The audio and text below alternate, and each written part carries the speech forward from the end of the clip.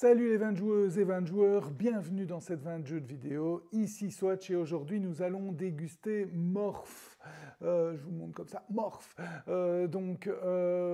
J'ai pas beaucoup, j'ai un prototype, hein, c'est une vidéo en avant-première de la campagne Kickstarter qui va être lancée le 9 septembre 2025. Évidemment, tout dépend quand vous regardez la vidéo, mais voilà, cette vidéo est faite un petit peu avant le lancement de la campagne et donc je n'ai qu'un prototype à ma disposition avec déjà pas mal de cartes, donc vous verrez, mais donc je n'ai qu'un prototype qui m'a permis d'y jouer à plusieurs reprises et donc je n'ai pas de boîte à vous montrer encore, j'imagine que ça viendra plus tard, mais donc je vous montre le dos d'une carte pour illustrer un petit peu le jeu. C'est tout ce que j'ai pour le moment à vous montrer avec les cartes, etc. et le jeu, bien entendu, mais je n'ai pas de boîte.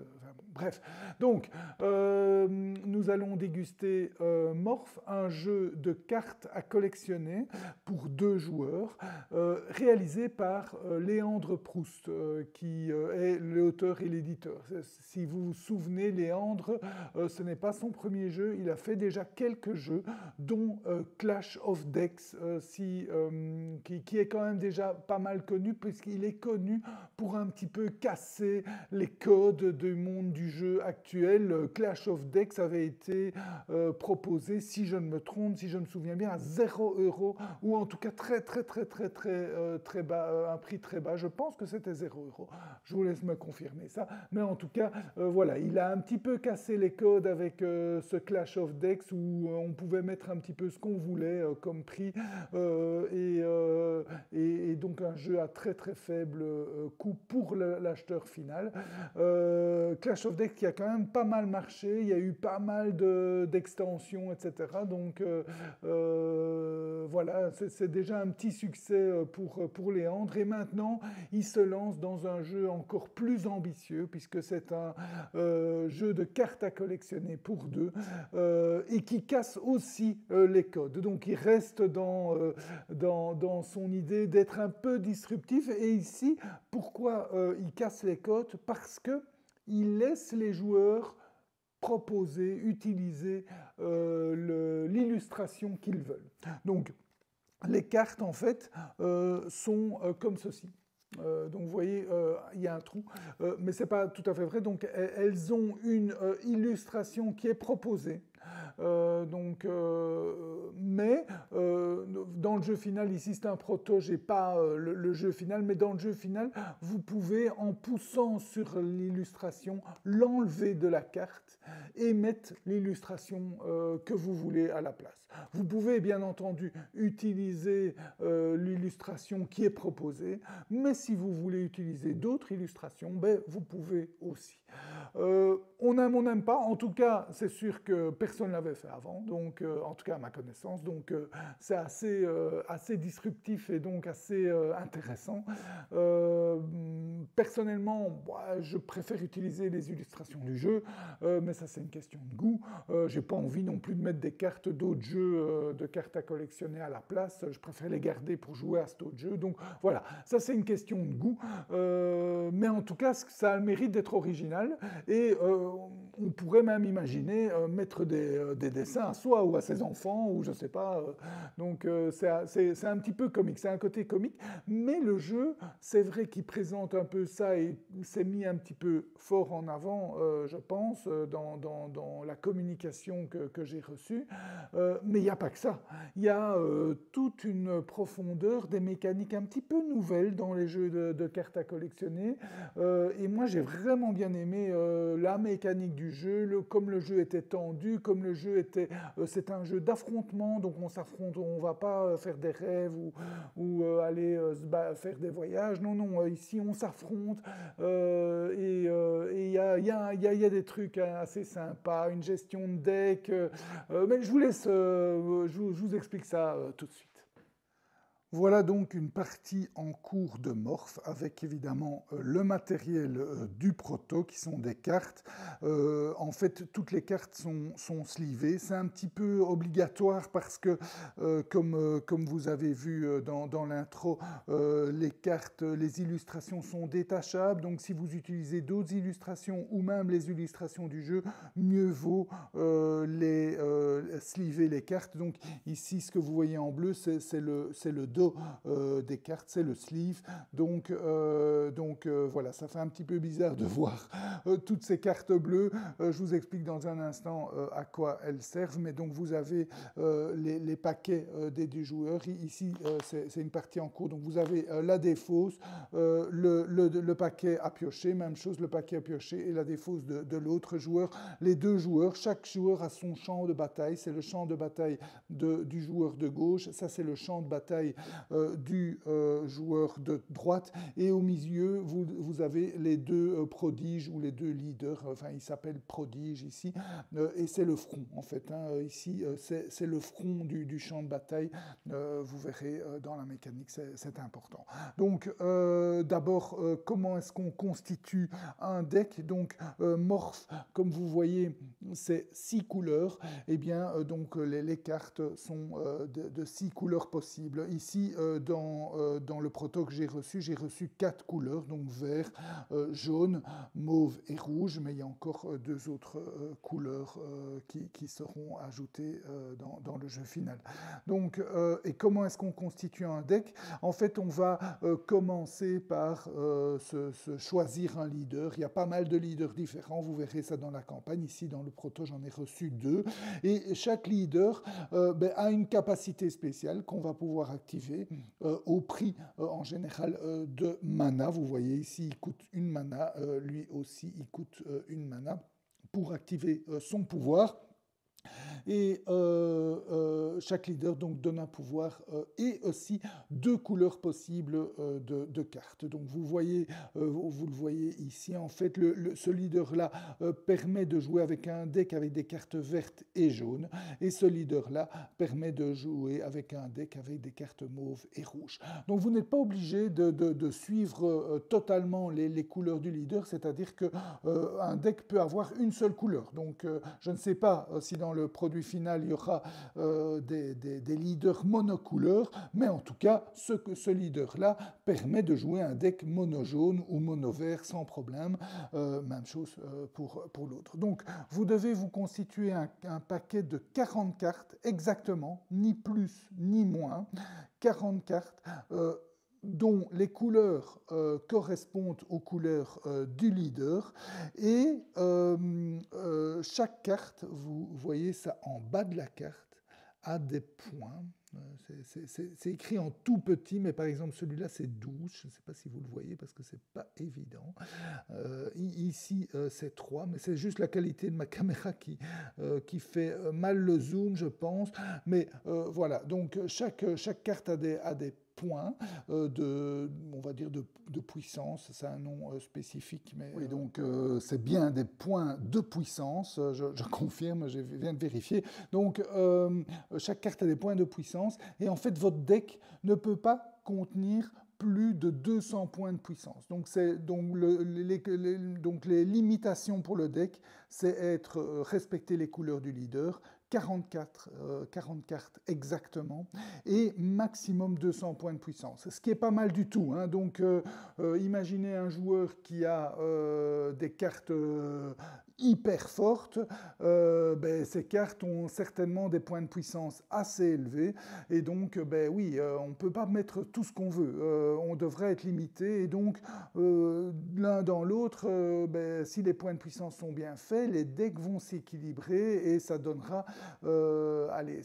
aussi la chance aux gens qui ont peut-être moins de rares ou de cartes hyper puissantes de pouvoir rivaliser avec des gens qui en ont plus. Donc ça, je trouve l'idée excellente, les points de puissance. C'est une des idées excellentes du jeu, mais celle-ci en est une certainement. Et la dernière limitation, c'est que vos cartes ne peuvent être qu'en maximum 2 exemplaires. Là aussi, c'est pas mal. Moi, je trouve ça très bien d'avoir cette limitation-là. Ça veut dire aussi que quelqu'un qui a que des rares hyper puissantes, eh bien, il ne va pas pouvoir en mettre beaucoup. Il n'en met que 2 maximum. Enfin, 2. Il peut mettre plusieurs rares, hein, mais maximum 2. Ici, on a une carte de la mort qui tue, ben, on n'en aura que 2 en 2 exemplaires dans son deck. Donc, voilà. Donc, ça, c'est les limitations. Donc, une ou deux couleurs et les couleurs qui correspondent aux couleurs du leader. 40 cartes, 200 points de puissance, 2 fois 2 exemplaires de chaque carte. Quand vous constituez votre deck avec ces spécificités, je pense qu'il y aura des propositions préconstruites aussi, et vous pourrez aussi y jouer en limité, c'est-à-dire en draftant des boosters et en constituant directement votre deck. Voilà. Une fois votre deck constitué, vous mélangez et vous piochez 4 cartes. Donc chaque joueur a 4 cartes dans sa main et lors de la mise en place, chaque joueur va, donc les cartes en fait vous pouvez les jouer comme des cartes normales, ou comme mana, un peu comme dans Altered ou d'autres. Donc il n'y a pas de gestion, enfin il n'y a pas de gestion, oui il y a une gestion de mana, mais il n'y a pas de carte spécifique pour la mana, c'est le dos des cartes tout simplement, et toutes les cartes peuvent être jouées comme mana. Donc ça offre, enfin voilà, les choix peuvent être difficiles à ce niveau-là, laquelle jouer, mais donc chaque joueur prend une carte de sa main, la met face cachée, la révèle en même temps, et celui qui a mis le plus de puissance devient le premier joueur. En cas d'égalité, on répète l'opération. La carte ou les cartes qu'on aura mis comme ça face cachée devant soi pour la mise initiale sont transformées en mana. Donc au début du jeu, on a en général une carte face cachée devant soi comme mana. Le premier joueur commence donc la partie en commençant son tour. La structure d'un tour est toujours le même. On commence le tour toujours par prendre une des 4 cartes de sa main et on la met face cachée devant soi comme mana et on remplit automatiquement sa main à 4 cartes. Donc ça c'est la deuxième mécanique que moi j'ai vraiment appréciée dans le jeu, c'est qu'il n'y a pas de pioche, on ne va pas piocher des cartes. Non, on va remplacer les cartes qu'on joue. Donc si je joue à mon tour 4 cartes, eh bien je repiocherai 4 cartes pour refaire tout le temps ma main à 4. Ma main doit toujours être à 4 cartes. Donc dès que je joue une carte, que ce soit en mana ou devant, hop, je repioche. J'ai toujours constamment une main à 4 cartes. Et le truc qui va avec, qui est assez excellent aussi, c'est que on ne va pas compter des points de vie, on ne va pas essayer d'atteindre des points de victoire, de diminuer les points de vie, enfin voilà, il n'y a pas de mécanique. La mécanique, c'est le deck. Donc le premier joueur qui n'a plus de cartes dans son deck a perdu. Dans Magic, il y a ça aussi, mais c'est une mécanique entre guillemets annexe qui n'arrive pas si souvent que ça, sauf avec des stratégies vraiment spécifiques. Ici, c'est les points de vie. Donc, si je veux voir ici dans la partie en cours où en sont les joueurs, je vois que le joueur vert-jaune, il lui reste plus que 3 cartes dans son deck.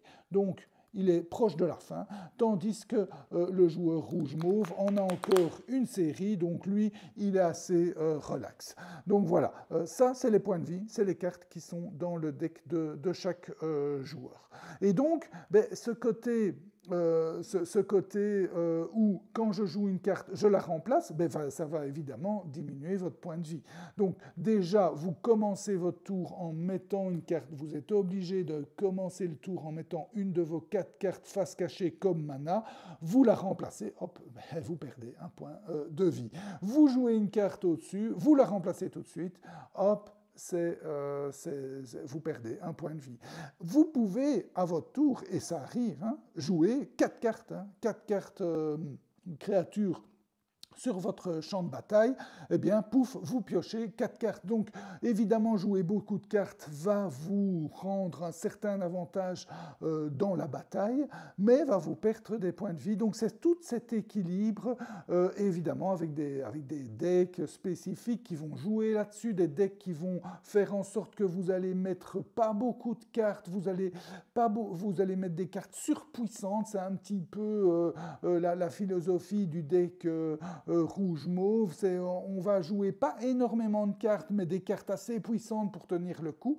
Et le vert-jaune, c'est plutôt l'inverse. On va jouer beaucoup de cartes, donc c'est pas pour rien que à la fin de la partie, le joueur ici n'a plus que 3 points de vie, parce qu'il met beaucoup, d'ailleurs vous voyez qu'il en a un peu plus ici, il met beaucoup de créatures à chaque tour. Donc voilà, vous avez des stratégies un peu inédites grâce à ce système que personnellement j'apprécie beaucoup.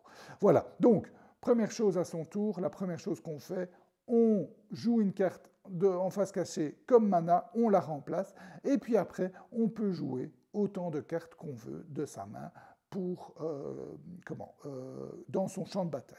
Comment ça se passe? En fait, sur une carte, vous avez 3 informations. Donc, on va en prendre un qui n'a pas...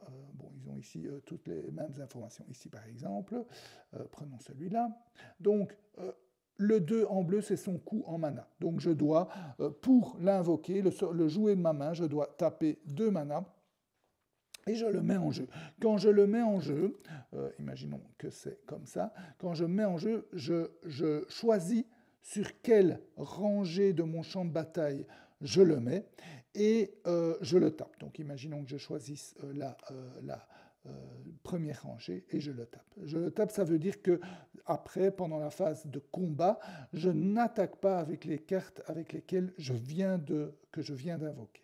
Donc ça, c'est invoquer une carte. Et hop, je repioche une carte évidemment de ma pioche pour avoir toujours 4 cartes en main.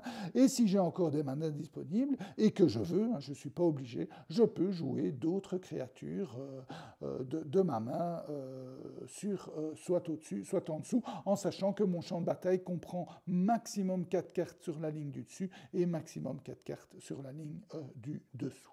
Donc voilà, ça c'est la deuxième chose qu'on fait. Donc première chose, on joue une mana. Deuxième chose, on joue une ou plusieurs créatures sur le champ de bataille en les mettant toujours sur une des 2 lignes et à l'endroit libre le plus à gauche possible. Donc si je la joue au-dessus, je la joue ici. Si je la joue en dessous, je la joue ici. Donc le plus à gauche possible de la première la première case libre nécessaire. Ces petits détails où les jouer est très très important, parce que le champ de bataille, et c'est aussi une particularité de Morph, c'est que le champ de bataille est important, où mettre sa carte est important, a des conséquences, et vous allez d'ailleurs voir que le joueur mauve va très mal jouer en mettant sa carte du dessus. Je vais vous montrer ça un peu plus tard.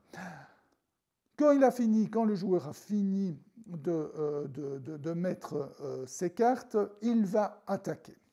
Alors, comment se passe l'attaque? Donc, imaginons que le tour du joueur mauve est fini, il a attaqué, je vais vous montrer l'attaque avec le joueur vert. Donc, on redresse tout. Toutes les cartes sont redressées à la fin du jeu d'un joueur. Donc, si son leader était tapé, on le redresse également. Et puis, c'est au jour du joueur vert qui va aussi pouvoir qui doit commencer par mettre une carte de sa main comme mana, et il pioche une nouvelle pour remplacer. Lui, il va se dire, je suis quand même proche de la défaite avec plus que 2 cartes, donc dans 2 tours, je suis mort, je ne joue pas de cartes et j'attaque. Quand on attaque, qu'est-ce qui se passe? On attaque de droite à gauche, de gauche à droite, et du dessus, puis du dessus. Donc, on commence par attaquer avec la carte la plus à gauche possible sur la ligne du dessus. Donc, on regarde les points d'attaque, 4 points d'attaque, et on va attaquer la carte sur la même ligne, la plus proche du front, donc celle-ci. 4 points d'attaque, 4 points de défense, il est mort. Hop, il s'en va dans la défausse, et automatiquement, les autres cartes sont déplacer. Ensuite, celui-là, il attaque avec une force de 4, il a une défense de 2, il est mort aussi, donc il est mort, pouf, il s'en va. Et celui-là est déplacé. Lui, il a fait son attaque, lui aussi va faire son attaque, attaque de 3, défense de 1, pouf, il est mort, même chose, défausse, et c'est tout. Ici, ils ont tous attaqué, on passe à la ligne d'après. À noter un truc que je ne vous ai pas montré, c'est que, je vais le faire avec... imaginons que c'était celle-ci qui était là. Donc, si celle-ci attaque, il met 4 points d'attaque sur 6, il survit, il reste en place. Et puis, on regarde le suivant. 4 points d'attaque sur 6, ben là, il a reçu 8 points d'attaque, il a 6 points de défense, donc là, il meurt et il s'en va. Donc, il aura fallu, dans ce cas-là, 2 attaques, et la troisième attaque la deuxième carte, mais la troisième carte survit puisqu'il n'y a plus d'attaque. Donc, autrement dit, quand une attaque réussit, le reste, le surplus des points d'attaque est perdu. Et quand une attaque ne suffit pas, les suivants peuvent continuer à attaquer les mêmes créatures. Si jamais, imaginons qu'il n'y avait que 2 créatures là, donc ces 2-là auraient tué les 2 créatures, et puis il n'y a plus de créatures. La troisième attaque directement le joueur. À quelle force? Avec une force de 3, ce qui veut dire que l'autre joueur doit se défausser de 3 cartes. Donc 1, 2 et 3. Et la carte qui a réussi à toucher le joueur est mise en dessous du paquet du joueur qui attaquait. Donc ça permet que si j'ai une carte, moi j'aime bien aussi ce système parce que si j'ai une carte super balèze, elle touchera une fois, c'est sûr, mais après, il faudra un certain temps avant qu'elle revienne en jeu. Donc ça permet aussi de ne pas avoir une suprématie et d'équilibrer un petit peu les choses. Donc c'est vraiment, vraiment très chouette. On continue l'attaque. Ici, on a, vous voyez que les cartes peuvent avoir des habilités, jusqu'à 3 habilités en fonction de la rareté. Donc les cartes peuvent avoir 1, 2 ou 3 habilités. Ici, il y a la carte du dessous à l'habilité symbiose qui permet de se fusionner avec une autre carte. Donc ils sont 2 ensemble, donc ils ont une attaque de 7, et ça tombe bien parce que lui, il a une défense de 7, donc ils réussissent à abattre la carte qui s'en va et qui va à la défausse, et il reste le dernier. Et le dernier, il a une capacité spéciale, c'est que, je pense, voilà, il gagne plus en attaque pour chaque carte de ce mana qui est redressée. Donc, comme vous avez vu, comme il lui reste très peu de cartes, il a décidé de ne pas jouer de cartes. Or, il a eu une stratégie où il a mis beaucoup de mana. Vous voyez, 5, 10, 15, 19 mana. Ça, c'est lié aussi avec son personnage qui lui permet, une fois par tour, de taper une mana. Donc, de taper une mana et de taper cette carte-là et de pouvoir mettre de sa main une nouvelle mana et, pardon, ça c'est son deck, une nouvelle mana et de repiocher une nouvelle carte. Donc il peut faire ça, ça lui permet à chaque tour, grâce à cette capacité, de jouer 2 manas et donc d'avoir beaucoup de mana et donc de pouvoir jouer beaucoup de cartes à son tour. Donc ça va avec sa stratégie. Et donc là, ici, il a une carte qui va ajouter plus 1 point d'attaque pour chaque mana redressé. Donc ici, ça fait 4, 5, 10, 15. Donc ça fait 19 points d'attaque plus les 2, ça fait 21 points. On va compter 21 cartes. En l'occurrence, le joueur avait une certaine marge ici, mais 21, ça dépasse son total et il est mort.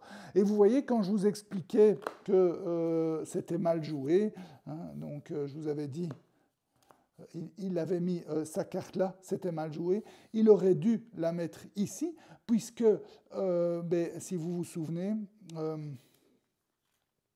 c'était comme ça. Voilà. Celui-là aurait tué celui-là, celui-là aurait tué celui-là, et celui-là aurait juste fait 3 points de dégâts.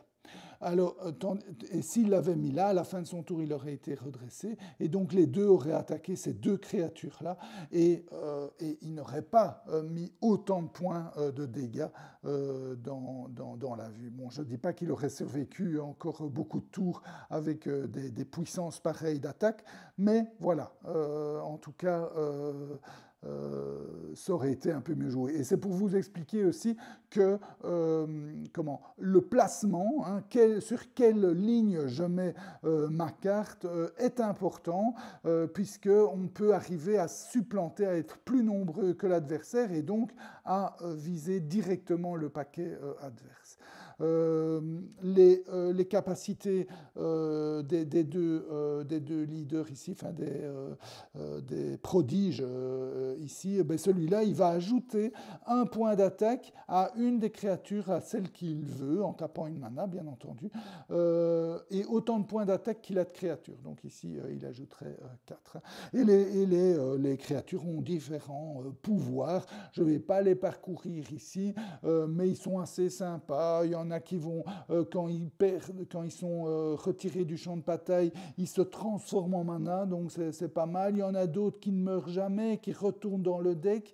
Il y en a qui peuvent attaquer donc deux créatures sur la même colonne. Donc par exemple celle-ci, elle fait 3 points d'attaque sur celle-là, bon elle survit, et 3 points d'attaque sur celle-là, elles survivent tous les deux, mais les suivantes pourront peut-être plus facilement les tuer. Donc ils attaquent sur les deux dans la même colonne. Il y en a qui attaquent sur les deux, enfin sur plusieurs, tous les points en supplémentaire continuent et se répercutent sur les cartes qui suivent, etc. Donc vous avez pas mal d'habilités et de capacités qui sont sympas dans le jeu. Et voilà, et on termine avec le joueur qui a plus de cartes dans son paquet, eh bien, perd la partie. Oui, encore 2 petites précisions sur les règles que je vous ai expliquées. La première, c'est que vous avez des cartes légendaires comme celle-ci, je ne sais pas si vous voyez, qui ont 2 coups d'invocation. Ici, vous voyez 4 et puis 5. Et en fait, ces cartes-là, pour les deux coups, le premier coup, le 4 en l'occurrence, c'est si on le met sur la première ligne. Et le deuxième coup, le 5, c'est si on le met sur la deuxième ligne. Donc voilà, c'est un petit détail par rapport aux règles. Deuxième chose par rapport aux règles aussi, c'est que je vous ai dit que quand un deck est vide, le joueur a perdu. C'est plutôt quand le joueur doit piocher et que son deck est vide, alors il a perdu. Voilà, c'est un petit détail par rapport aux règles, mais comme ça, vous connaissez toutes les règles complètes du jeu. Donc voilà, vous voyez, très facile à jouer. Il y a pas mal d'habilités, pas mal de choses, je trouve très intéressantes dans le jeu. Ce champ de bataille, hein, où je mets mes cartes, c'est important. Ça joue dans la tactique. Tiens, ok, je vais mettre là pour le supplanter à tel endroit, ou je vais mettre là pour être meilleur en défense, pour survivre aux attaques et après pouvoir contre-attaquer quand viendra mon tour, hein, parce que les attaques, il n'y a pas d'attaque-défense, hein, comme dans Magic par exemple, hein, donc quand une créature attaque, l'autre ne riposte pas. Elle riposte que si elle survit, et au tour d'après, quand l'autre joueur joue, elle attaque. Donc il y a ce rythme, des fois on va mettre bêtement une carte là en défense, juste pour recevoir tous les points à la figure, et qu'après, une créature qui survivra par après sera bougée au front et tapera sur la bonne carte pour l'enlever du champ de bataille. Donc c'est toujours mieux, hein. C'est toujours mieux, de toute façon, c'est toujours mieux. On change un peu les esprits, hein, mais c'est toujours mieux de mettre une carte en défense, même si on sait d'avance qu'elle va perdre, hein. Imaginons quelqu'un qui a une carte qui a 7 ou 8 d'attaque. Si je ne la contre pas, je perds 7 ou 8 cartes de mon deck, hein. Donc 4 attaques comme ça, c'est fini, hein. Je suis mort, hein. Donc si je mets une carte, ben, j'ai perdu une carte de mon deck. S'il y a une créature qui prend tout, je perds juste une carte de mon deck. Donc autant mettre une carte et perdre une seule carte, et après revenir avec des renforts pour essayer de se débarrasser de cette saloperie de morph. Donc voilà, donc vous voyez pas mal de tactiques un peu inédites qu'on n'a pas l'habitude dans les jeux de cartes à collectionner, des nouvelles mécaniques, moi j'ai adoré. Bon, il y a évidemment ce système d'illustration qu'on enlève, on n'enlève pas. C'est original, hein, ça c'est clair que c'est original, ça plaira sûrement à pas mal de gens. Moi je ne suis pas sous le charme, mais je salue l'initiative, c'est sûr. Mais par contre, le reste, moi j'adore, quoi. Donc les champs de bataille, comment gérer première ligne, deuxième ligne, front par front, derrière, défense, attaque, tout ça c'est super, ça vous donne des choix intéressants. Même chose, jouer une carte, même si c'est pas nouveau, mais jouer une carte sur son dos pour faire une mana, ben voilà, il y a un choix, laquelle je vais sacrifier, je ne vais plus utiliser pour ça. Jouer évidemment avec toutes les habilités de chaque carte. Et la gestion du deck, hein. Ça c'est quand même magnifique, cette gestion du deck, avancer, pas avancer, épuiser son deck rapidement ou pas, des stratégies qui vont protéger la diminution de son deck, d'autres qui vont l'accélérer mais qui vont vous rendre surpuissant, accélérer au bon moment, pas trop tôt, pas trop tard, attention, à partir du moment où on se découvre, comme ici dans l'exemple que je vous ai montré, le joueur n'a plus que 3 cartes en main, une attaque suffit, hein. Une attaque suffit pour le mettre KO, ou éventuellement, pire, l'autre qui arrive à se défendre, pendant 3 tours, il arrive à se défendre, eh bien c'est fini, hein. Donc des risques, une prise de risque, et alors un vrai jeu d'affrontement, hein. On n'est pas dans des rêves ou quoi que ce soit, on est vraiment dans un jeu d'affrontement, on se tape à la figure, et ça donne une tension, quelque chose en tout cas que moi j'ai beaucoup aimé dans Morph. Voilà, c'était la dégustation de Morph, j'espère qu'elle vous a goûté. Je vous souhaite de bien vous amuser, santé et à bientôt.